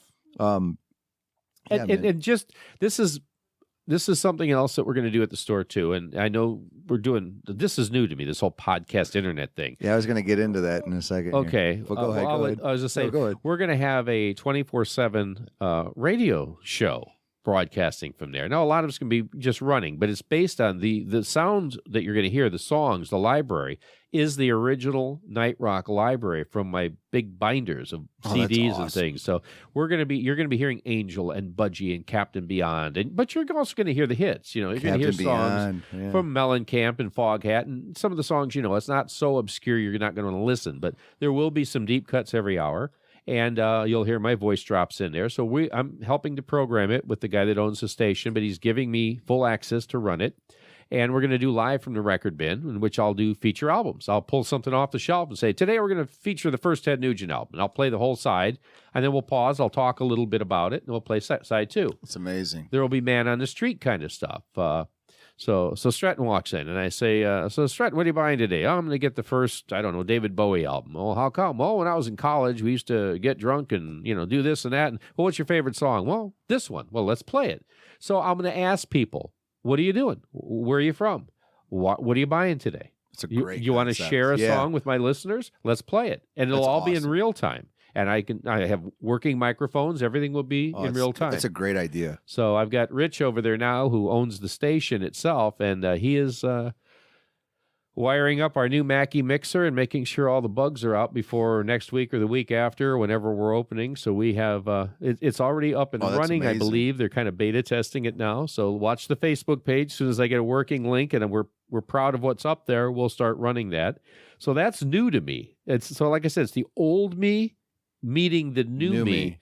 And now it's really new because you're on a podcast, right? yeah, I've never done this, so this is kind of cool. Right. And to sum it all up, I don't know if you have any other questions, but one thing I do want to cover is that I always, as I've said throughout this, people are put in your life for a reason. Things happen for a reason to get you to that next place. And I had thought about, you asked me about it, did I always want to open a record store? I had thought about it in recent years because I miss it.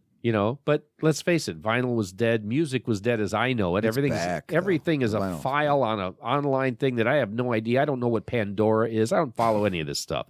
So I'd go home and I'd play my albums, mostly jazz. So I'd go home and I'd do that. And I told my wife, I've got rooms full of this vinyl. I don't think I'll ever really get to it again. And she goes, well, maybe we should sell it. Maybe we shouldn't. Maybe we should give it away, whatever. So I gave away a couple thousand DVDs, or not DVDs, CDs. A couple thousand CDs to the library because we're both on the board and they have the Friends of the Library resale. So I would give lots of stuff away just to get it out of there. It's like, I don't think I'll ever listen to this one. Well, by the time I got through the ones I didn't think I would listen to, there's a couple thousand, put them in boxes, wheeled them in on a dolly and says, have at it. Sell them for 10 cents a piece if you want. I just want to donate. So that was about 2 years ago. Now I'm kind of kicking myself. I'm so proud of the fact we that get those back. we did something like that, but at the same time, I had no intention of opening. So about a year ago, I started looking at stores. And it seemed like every time I found a location, I'd call the number. Oh, that was just rented. Oh, that was just rented. Oh, sorry, last week I'm like, it's not meant to happen. It's just not. And that was it. I started spending the money I had saved in other areas. Buying gear for other stuff I was doing. And I kind of had given up the thought, thinking, okay, well, one day I'll just donate all the music to somebody. I'll give it to a radio station. I'll give it to the library. I'll give it to somebody that can use it, that will take care of it like I did. And we're walking. I got married 5 years ago. This year will be our 5th anniversary. And Alice and I were walking downtown, and she's born and raised, for the most part, from Gary to Hobart. Hobart Bricky. Yep. What's up, Yep. Alice? She's a brickie through and She's a through. brickie. Bleeds purple. And gold. And gold. Purple mostly. But it was fun because we were walking down the street and we had gone to a restaurant or two and we saw these guys like building shelves. And we're thinking, what the hell are they doing? And then it's, she's like, it looks like bookcases. So I know who these two guys are. We watched for a week or two, and then we realized it was going to be a bookstore. And being nosy as we are, we walked in, and I don't think Sreten was there that day. I think it was Michael and Teresa. And, of course, Alice knows everybody, and she's a teacher, and, of course, they teach and all this. So we started talking about teachers and this and that. We talked about the library and how much we both love books. Ever since the Super Jock book, I've really been passionate about reading. And I read sometimes to kids at the library during the summer months and things, and it's just a thing. And she's a librarian, and we both work for the library, so we're very passionate about books. Long story short, we go in there and we're like, we really hope this works for you guys. We're so excited. I grew up besides record stores, I grew up in used bookstores because I love books. I have a huge library of music. I have a pop culture library second to none, and so we're like, okay, blah blah blah. So I start every once in a while dropping in, saying hi. And then Sreten, I met him and he came on my show and to talk about promoting the books. Thanks and for that. We got along real good, and I liked him, and I liked Michael, and I liked Teresa. So I started, I'm one of those guys that I like to talk, in case you haven't noticed, and I just like to hang out. I'm the guy that used to hang out at the barber shop or the record store or the local music store, if there was one in town. Just BS. Just Talk. BS. Yeah. And so I'd start dropping in. And at one point, I looked at Michael and I said, why don't you guys sell vinyl? Why don't you sell some vinyl? And he said, well, look how small the store is. He goes, I got a better idea. Why don't you sell some vinyl? And he threw it back at me. And I'm like, no, really? He goes, no, really? You're the record guy. Why don't you sell some vinyl? He goes, and just happened to be the slime shop next door closed. And I Perfect felt like, idea. Ding, ding, okay, ding, ding. there's that challenge I was talking about before. I take challenges well if they're good ones. And I thought, okay, Joe challenged me, Joe Fetty challenged me, all these guys challenged. Michael just threw a challenge at me. I may be an old duffer, but I'm going to take ready. that. I'm ready. You just said the right words. So we started talking about it, and then Sreten got involved. They set me up with the landlord, and we did this and that. And we're going to co-op the back room. We call it the common room, for lack of a better name at this point. And the goal is to share that, and I'm going to do some acoustic music things in there. They're going to do some painting exhibits, some photography exhibits. We're going to have some book authors on both sides of our realm, and just who knows what. So that's what we're looking at doing now. Perfect. And eventually we like to connect the two businesses in a physical way. Right now, logistically, we're just going to share that room. And I think it's going to be fun. But again, I would not be here today, and I wouldn't be opening this record store if Michael hadn't said that to me. Because it was like, I would have given him some vinyl to sell, or maybe, put it on consignment or something. Because I had a bunch of it. I want to start getting rid of it. So all of a sudden it's like, all right, dude. All right, you may be He 30. called you out. Whatever. You may be 30-year-old half my something, age. I may 30-something. be old, but I'm going to do I'm gonna that. do that. And they've been very encouraging all the way along. I'll go in there every once in a while. I get depressed because it's like, oh, another setback, another this, another that. New carpeting. Now this is wrong. Now the toilet don't work. And so what did I get myself into? Yeah, but they're both very, very positive. I go in there and they're all just doing their thing, and they're selling books for $1 and they're making it. And I'm like, all right, they got something going here. Oh, they do, for sure. And then Sreten will say, I got an idea. Well, why don't we do this? Why don't we put that piece of wood there? And I had nowhere to put my posters. I had crates, but they were on the floor. It's like, well, what are people going to sit on the floor and go through them? So then he's like, what about these things? He gives me these little bench things. It's like perfect height. I was like, man, that rocks. The Green Door is a really good hub for creative minds. It is. And I'm glad that it's here in Hobart. Tonight, for example, they're doing a zine thing. Yeah, Well, the they're doing night a we're zine tonight. taping. Yeah.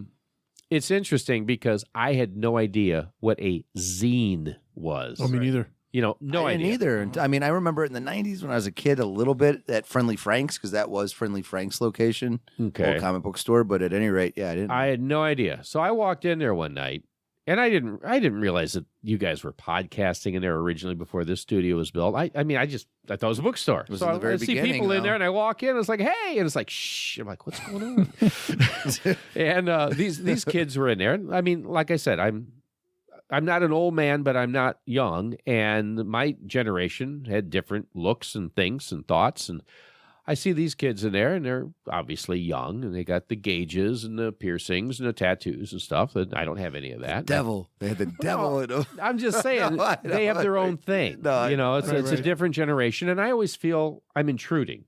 I was like, oh, sorry, man, didn't mean to intrude, because obviously anything you're into, I'm probably not going to understand, because I can't even figure out emails. So the one kid comes up, and Michael said, wait a minute, you got to meet these guys. And the one kid came up, and he had written a poem in his zine about a year ago about Midwest Beat, and my name was in it, and my magazine was in it. And these kids just looked at me and said, wow, it's really cool to meet you. And I'm thinking, I'm looking around like, who are they talking to?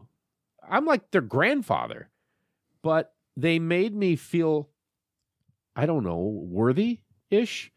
And I was inspired by their energy. We were talking about concert day. I was inspired by these young people that are like, oh, look what I did. I do illustrations. Look what I do. I do poetry. I do like random free thoughts from hell. And I'm like, okay, this is cool stuff. So I've started reading some of the zines. And I still don't get some of them. Yeah. But some I do. It's just an artist. It's a way for an artist to express themselves. And I'm thinking that once the through dust writing or settles actual of doing my own version of the zine, since Midwest Beat obviously influenced a few of these kids, to not do it like a magazine like it used to be. I'd never be able to afford that anymore in today's market. And there's not enough people reading. You have the skills of cutting and pasting like you talked earlier. Well, yeah. Well, but I would do this online, and I would do it Did like you a hear that, program. Alec? Tom's going to do all the cutting and pasting for the new Mythos zine. Did he say that or did I say that? I don't know, but go ahead. But So yeah. I'm thinking of doing like a mini monthly Midwest Beat zine. It'll be like That'd be awesome. a hybrid offspring of what I used to do, but it'll just be maybe a flashback like, hey, try this Captain Beyond album, try this Frank Zappa album, or here's some cutting edge new stuff, because I still get all the publicists send me all these news things that I can't use anywhere.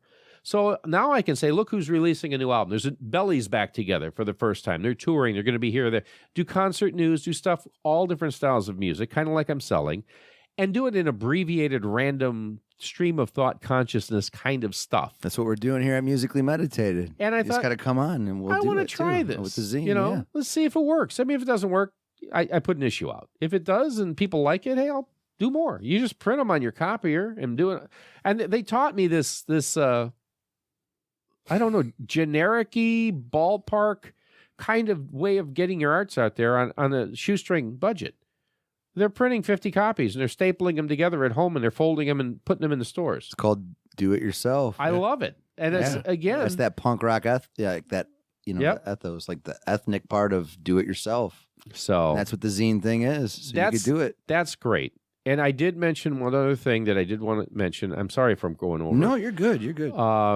And that is the teaching end. I've always said I like to educate, I like to teach. These kids and some of the people, and Michael and Sreten and yourself, you're all teaching me new tricks, teaching the old dog new tricks. And by the same token, I'm hoping I'm going to be able to open eyes to other stuff. Absolutely. But some of I taught classes many times over the years. I did everything from a mini course at Harding Elementary in Hammond for fifth graders back in the 90s. I've lectured at VU, Purdue, IU. I've done career days. I've done elementary, high school, J days for journalism. Just an amazing amount of things. I've met some great young people along the way. A couple of my students have done very well that I talk to. One comes once in a while to our Humane Society things and said, I'm here today. I came from, I don't know, Chicago, wherever she lives now. And she said, I came today because I saw your name and I wanted to say thank you. She was one of the fifth graders when I did the Harding Elementary thing. And I taught them how to build a newspaper. I actually did a 5-week mini course, free, just to help out my neighbor who was a teacher. And she said that was the coolest part of her school experience in 12 years. Wow. So she drove out to say thank you. And she's a big animal fan. She supported our shelter. Yeah, you're an animal lover. Oh, very much. And the pet rock and everything real quick. Pet rock is a thing we do every year. I started it in the 80s. It was not annual, but it was infrequently. Started at Club Dimension, and we used to help out the Humane Society, which is now in Munster, which then was in Hammond over by Stardust. And I do some like Premonition, Tattoo Frank, Gravel Bone, all the metal bands. And we do these things at Club D, and we give the money to the shelter. Love it. And then it grew into, we called it Giving a Dog a Bone. And that was when I was during my X years. And we would do these events. And I started taking the money and splitting it between 5 or 6 different shelters and rescues. And we did that places like the Avalon. Bands would donate. And through my years of working with celebrities, I would pick up the phone and I'd say, Alice Cooper, I need something. He'd send me a signed golf shirt or something. Ted Nugent always sent something. Charlie Daniels would send me used fiddles, bows and pictures and drum heads. And I had guitars come in from all kinds of people, Styx and Foreigner and all these wonderful people that would support my animals. So every year we did about 50 to 100 signed archival pieces, everything from a CD to an album cover to a photo to a poster. And we would auction them off. And then local bands would play and all the money we donated to these 5 or 6 shelters.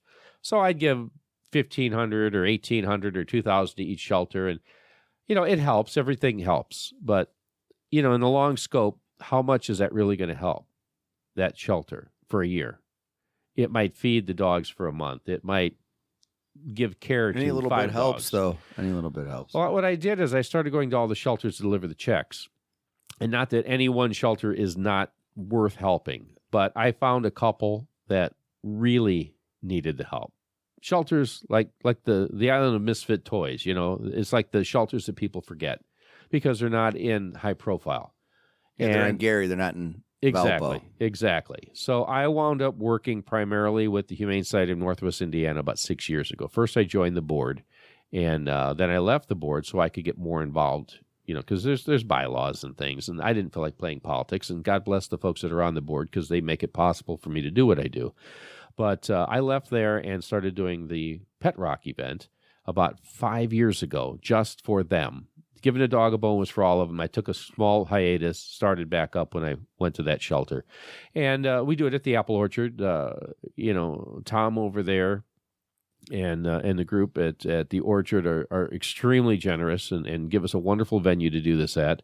So I do want to thank them. And I get bands, and they come in, and Bill Hayden does the sound, and the bands donate or nearly donate pretty much all the time. And I have top entertainers that come in for nothing or next to nothing, and all the money goes to help the animals. So now it all goes to the shelter in Gary, the Humane Society of Northwest Indiana. And one of the reasons I picked them, and again, not because one is better than the other, because they were in a place where nobody went to Gary to give money. You know, you would go to the other shelters that are in nicer, maybe neighborhoods or whatever. And so I felt bad because I went in there, and these people were so passionate about what they did. And they didn't get as many donations as some of the others. And they were the most passionate people when it came to loving the animals, caring for the animals, working for next to nothing on a shoestring budget. A lot of the people that help there are volunteers, and even the paid staff is not paid that well. So I saw the need. I saw the good work they did. I saw the need. I met the people. I liked the people. They shared my passion.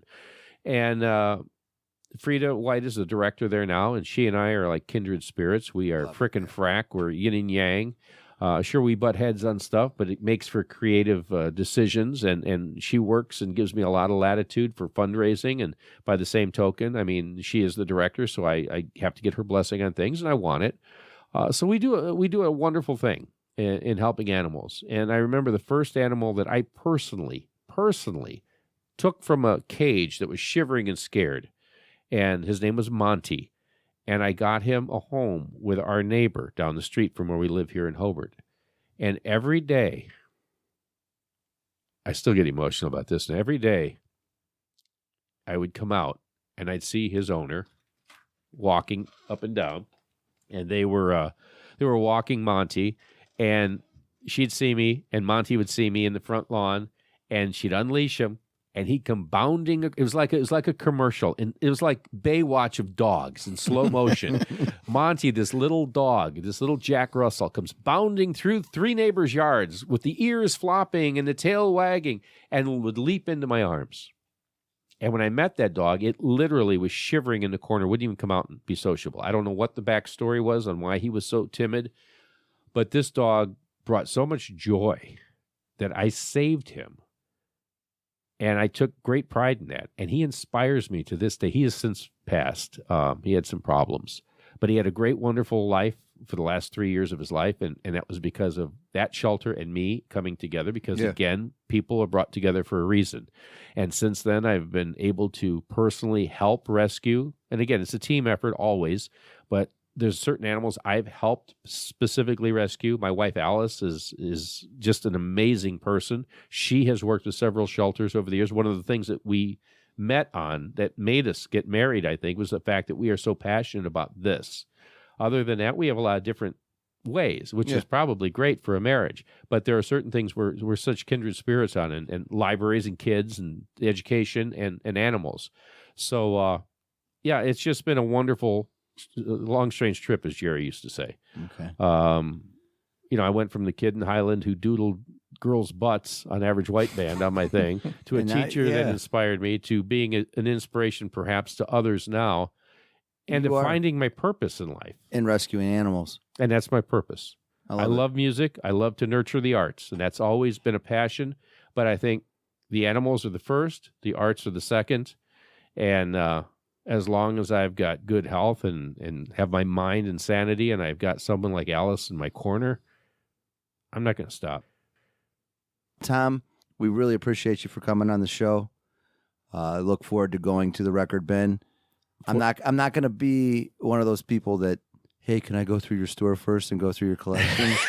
How many of those questions have I've you had? A lot of those. A lot of those. But we really appreciate you showing up, and I look forward to the record bin. And everybody listening, check out Musically Meditated and subscribe online on all the podcast applications, iTunes, Stitcher, YouTube, and come check out the Green Door Bookstore if you haven't already, which you probably have, and definitely come check out Tom Lounge's record bin. Hobart's doing they're doing a lot of really awesome things, and the future looks very, very bright. So Oh, Timbuk 3. Nice reference there. Yeah. Thanks to Mayor Brian, too, because he has really stepped up behind what we're doing. Yeah, right on. So thanks, Tom. Thanks for coming out. Thank you. Alrighty. I'm musically meditated. That's right. I'm musically meditated. That's right. I'm musically meditated.